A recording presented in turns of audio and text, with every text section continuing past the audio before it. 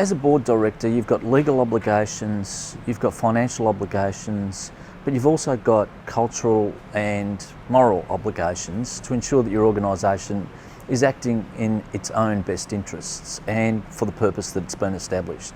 Taking an example of something like the finance report, if it was to say that we had $1 million in the bank, how would we actually validate that that $1 million is actually there? It's not a burden, but it's an active questioning element that we are actually trusting our treasurer, but we're just validating that that money is really in the bank.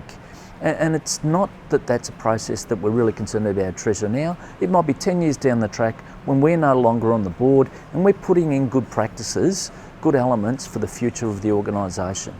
The board actually leads the culture of the organisation. So we establish the values in consultation with our management team, our members, our supporters and our volunteers.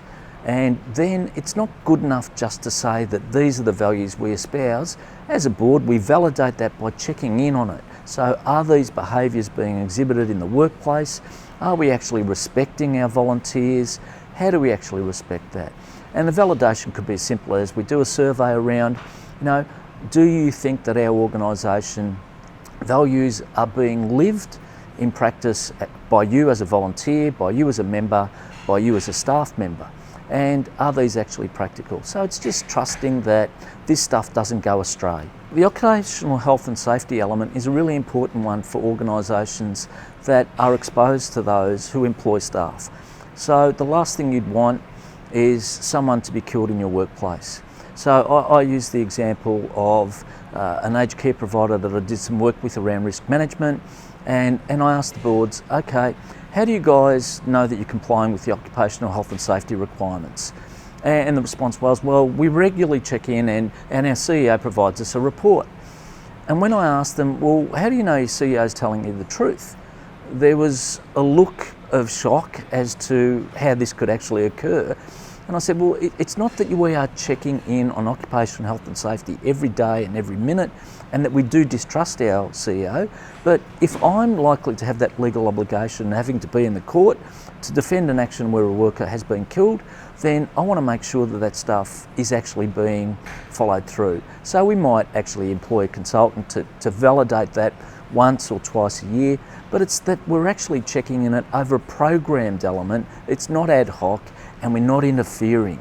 It's just that this is programmed as a way of us making sure that we are complying with what we need to comply. And that's that really valuable resource of a compliance register. We have a discussion around what is fair, what is equitable and what is balanced, but we've also got that balance between smaller organisations and much more larger and more complex organisations. So the larger and complex organisations might have, let's say, a finance and risk committee in place, or they might have a occupational health and safety subcommittee.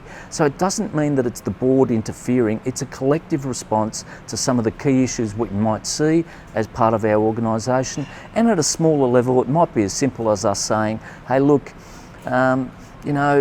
I know that you're a really good treasurer, but when it says $1 million in the bank, I reckon one or two of us should be seeing the bank statement, or we see that when we walk into the room that it's available electronically. And I'm not interfering with the day-to-day stuff. I'm not worrying about the minimal stuff like the gas bill is $47 over budget. We come back at to an agreed stage of saying, if it's off track, if we're unsure of it, these are the levels we want to be involved with. So it's really a discussion point and healthy for the organisation. Individually and collectively, we've all got the responsibility of making sure our organisation is sustainable. So making sure that we check in on the cultural, the financial and the legal obligations is really critical for us. So we might plan that over the year, and we trust the people that are working with us, but we're setting a balance between what is governance and what is management and what is operational. So we set the tone and we make sure that we're checking in, not all the time, but regularly throughout the year on what are our legal, moral and financial obligations.